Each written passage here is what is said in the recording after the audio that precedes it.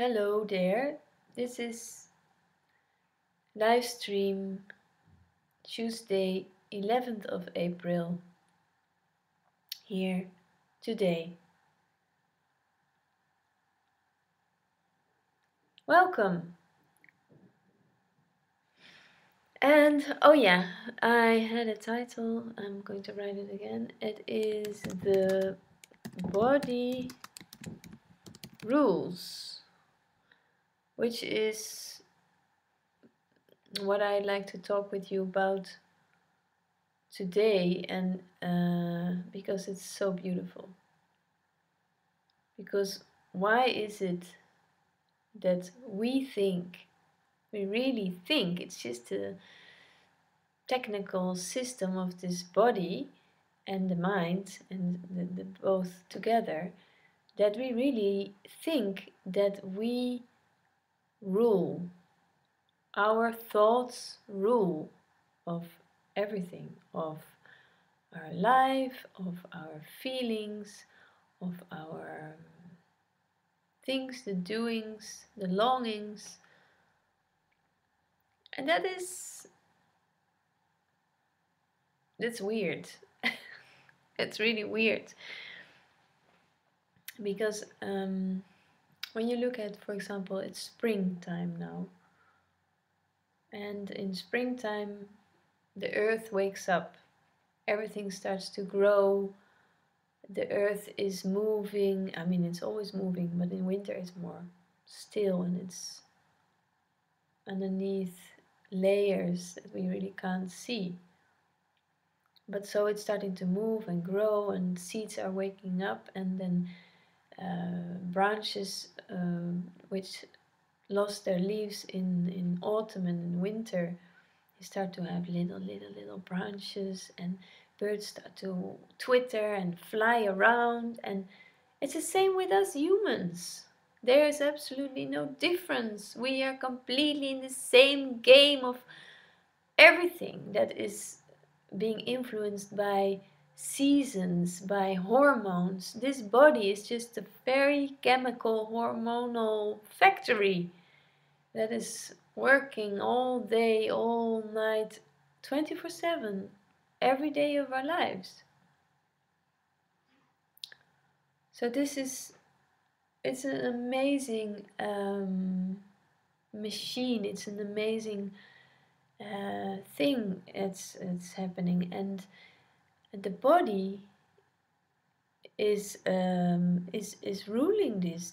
The body is guiding us. You know, it's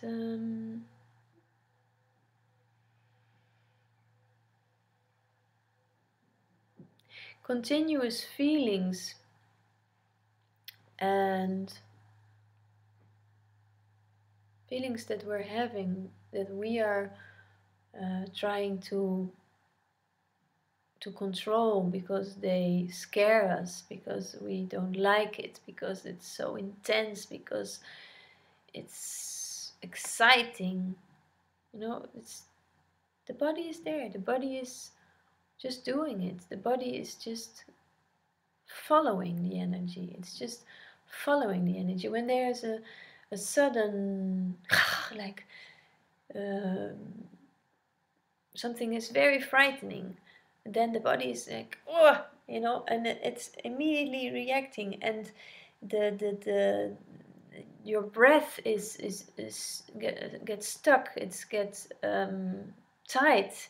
Everything in your body, your muscles, everything gets tight because of this response from anxiety, or from something scary, or something it's triggering something in your body that you have experienced before. It's like a repetitive pattern. And while this happens, the mind is all the time going like, yeah, what's happening? This is scary. Let's get out of here. I don't want this. I don't want to feel all this. This is horrible. This is frightening. And I had a situation like that just a few days ago. I had it, and it was, I felt very uncomfortable. I felt very, very much here the solar plexus, you know, just below, in the middle of your body, just below the chest. And this sensation was very nasty. It was very tight. It was very pounding also. It was like, you know, this energy that you know that you feel like you feel like you're powerless, and you, the powerlessness and the the contra, the power and the powerlessness, and it's all the time. It's like, I am in power, I am powerless, I feel powerless, I'm in power, and I'm on top. Oh, I feel powerless. You know, it's like, and this is in a way, this is the duality in which the way the world is being built up. Once you lose you get identified with your character, with the one you think that you are, the one that gets a name, and the one that gets this role of being a someone, you you lose this sensation of being one with everything. So there's this whole world is completely built upon these extremes of feeling um, powerless and feeling in power. And um, and what's very interesting, if you look at society in especially in the West, but these days it's mainly everywhere, is that our society is completely constructed upon the male dominance of power. Um, Male dominance is how everything is being ruled through politics, through governments, through big companies, and many and I mean there's always exceptions, but this is just the mainstream thing, right? Because we are also programmed to follow the mainstream. And then there's this other stereotype thing that's about the female uh, part, that in society it's usually the victim. So it's the powerless part. So you have the male, the controlling male energy, and the female uh, powerless energy. And this dominates, and this is being dominated, like it's a dynamic. It's not a solid thing, but it's a dynamic that's happening continuously. And we are being also confronted with this in our relationships, in how we relate to each other, how we relate to our parts in ourselves, the way we feel. If you feel, you have to do a job, and this requires certain focus, and you have to be straightforward in your communication. You have to be very clear, and also like the doing, yeah, let's do this kind of energy. Well, it's completely identified with the male energy, and that's fine. There's no judgment about it, but that's kind of, so this comes this kind of energy that is like that. But when you have feelings inside of yourself of vulnerability, and maybe you don't know nothing, not you don't know anything for sure, and you're like kind of feeling unstable, and it's insecurity, and also the female female cycle of every month that is coming and going, and also is cleansing the body, gives also this, there's also a process in the feeling lower energy, less self-esteem, less secure, and then there comes another part where you feel more like, well, I'm the man, I'm the woman, I feel secure. So that the actually the female cycle has this male and female thing inside. But if you look at this, if you feel certain feelings like that, this vulnerability part, it's completely identified with female energy. And in this society, it's mainly, it has a negative kind of taste to it. But all these bodies are actually all the same. It's all the same source. There's no distinction. There's only the well, of course, there's all these hormones that are influencing our physical system, but in fact, in essence, about if you're talking about feelings, if you're talking about longings, if you're talking about needs, physical needs, affection, all these things, it's for every man and every woman is basically the same. We all long to be loved. We all long to have a certain amount of connection and physical exchange, physical touch, being in the near of people. And this is for everybody the same. And this is so beautiful that there is really no difference. And I think also while talking about this, it really doesn't matter who is speaking, because whoever is speaking, there's only resonance happening. So there's something being said and it's resonating with you through my body, with your body, and also with all the energy around you in the space that you're being while you're listening, while the information is just coming and everything is being absorbed in it. And so it has absolutely nothing to do with who I am or who you are. There's only recognition in resonance happening, actually.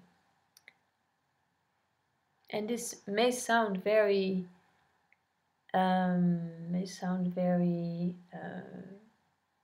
spiritual, or very, woo, like very much not really here, but actually it is really only here. It's really very down to earth.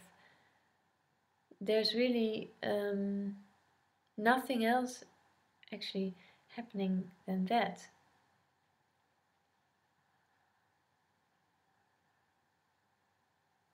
And the body is the instrument.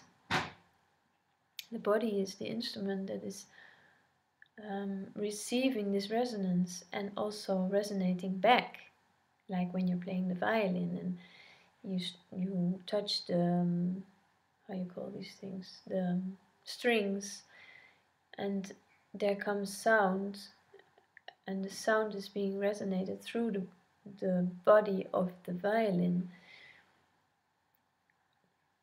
So it's always an interaction. There's only interaction happening, actually. It's impossible to not have interaction.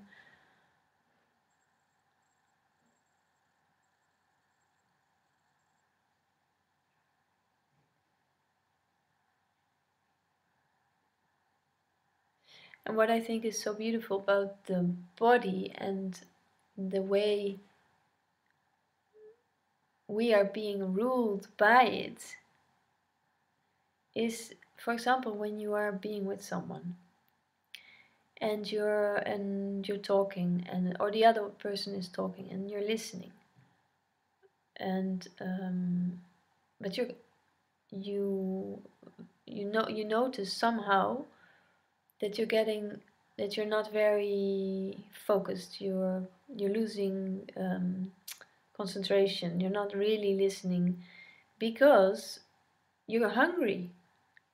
because you're hungry. Because and when you're hungry, the energy goes from the to the body, back to the body, from the mind back to the body, and the body is saying like, yes, I need food, or I need attention, or there's something. The energy goes back to the body, and it's beautiful. So, and when you notice this, well, it's good to just say the words. Oh, I notice I'm losing interest, and I feel I really need to blah blah blah. I don't know, whatever. Drink a glass of water, have something to eat, let's cook together, something that makes you ground again. So you can ground yourself, because we as human beings were doing this crazy experience, we're most of the time flying away everywhere, ideas, feelings like, oh, oh, I feel like I'm in love, yes, oh, but all these ideas, and then the body is feeling all these kinds of sensations of being in love, because then you feel all kind of things that you don't feel. It's like springtime, springtime is like the it's just happening. You're starting to feel like you're in love, but I don't know, maybe you are, maybe you're not, but it's this time of the year that's just doing this with you. It's like it's inviting you to fall in love. The body is like ready for it.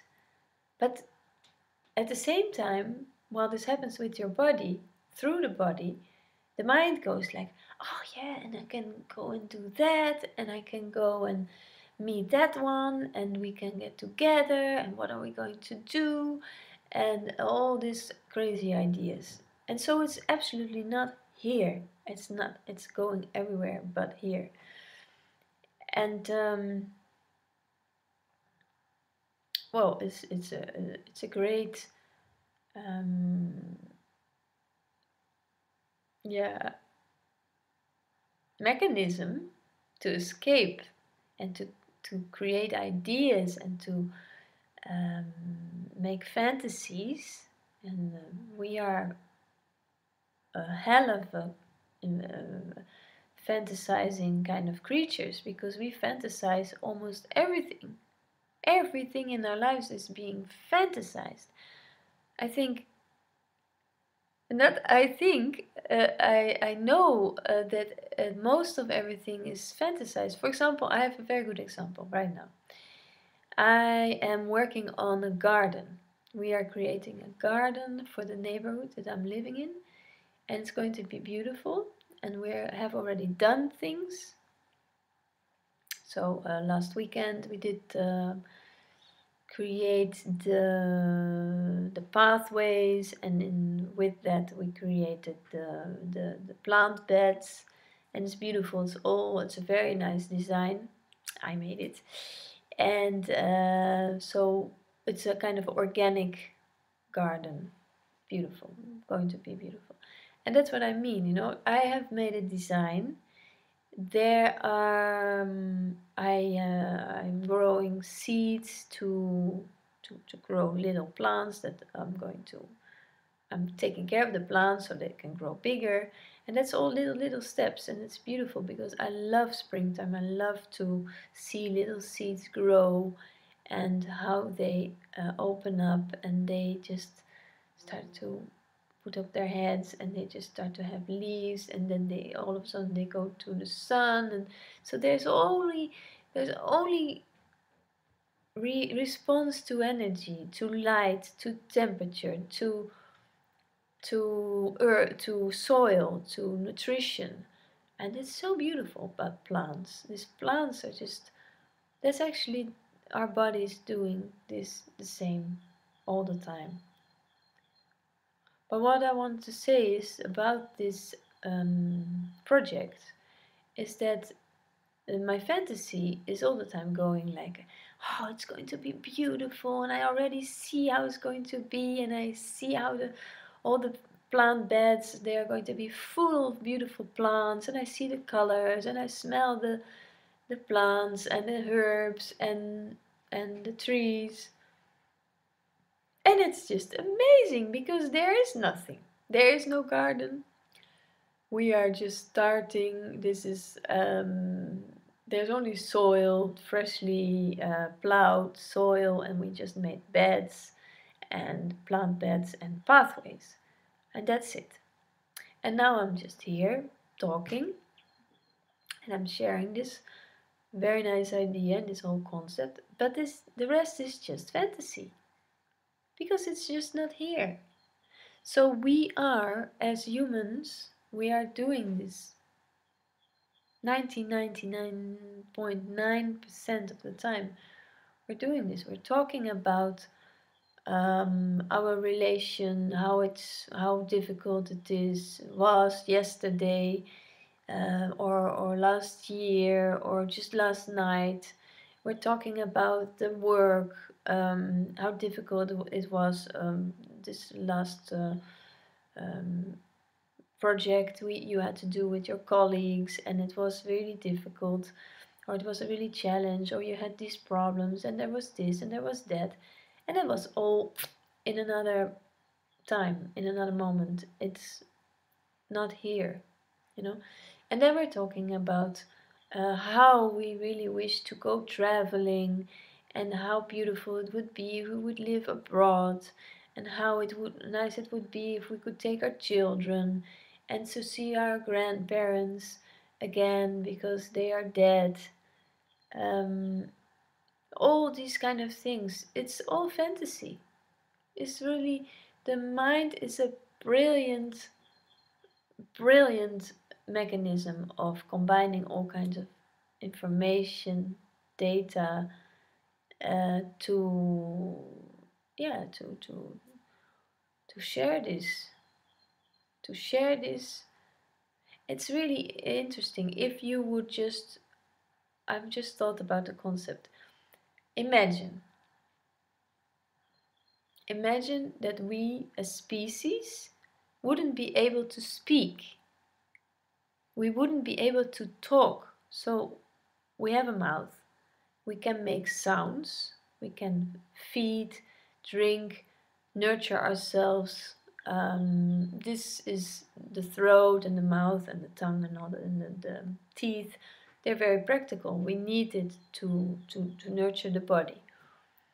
But we can't speak. We can't say them. And if imagine a world where you have thoughts, because even with people who are not able to speak, thoughts do come, feelings arise, sensations in the body are happening, but we can't express it. We can't express it verbally. What a different world there would be. What a different dynamics there would be. Because we could say, we can't say anything, but we can do like, ah,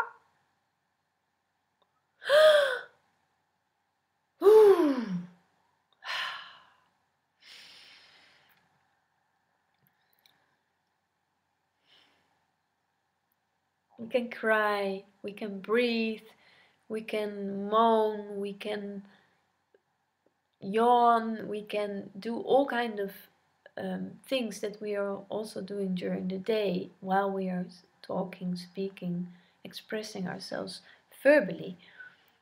But the beauty of not speaking is so intense.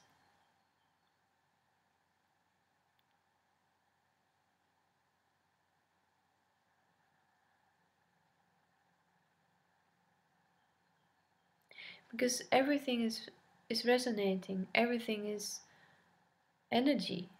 So even if we can't speak, Even if I would be just here on the live stream, being completely silent, there is a transmission, there is a communication. It's just not verbal. Look at the beauty of children, how they communicate. Little children, babies, little children who can't speak yet, who haven't learned words as we grown-ups have learned. There's just spontaneous understanding, complete spontaneous understanding, without any doubt, the most beautiful one. And the same is with everything, with animals.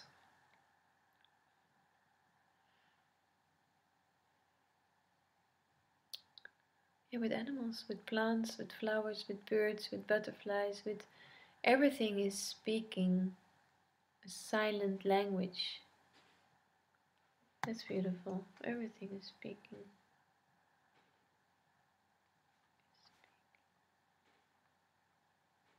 Silent language.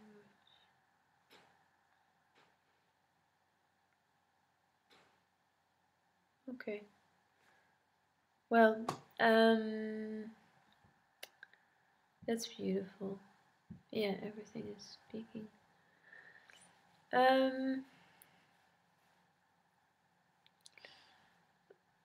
Okay.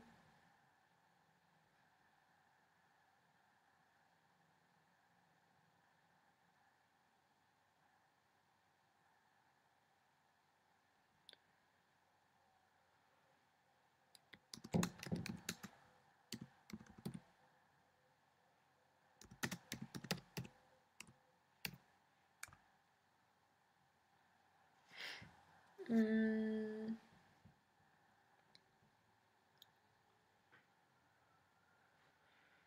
Ba, ba, ba, ba. Yeah, I forgot to mention that you can ask questions if you have any through Skype. And my Skype address is liehogenberg72, and you can send me a friend request there, and then you can send them questions through Skype, and or if you like to talk with me live in this live stream, I can call you there. Just let me know if you like to talk with me. So this is a little bit late because I think I'm going to finish this, but yeah, that's it. So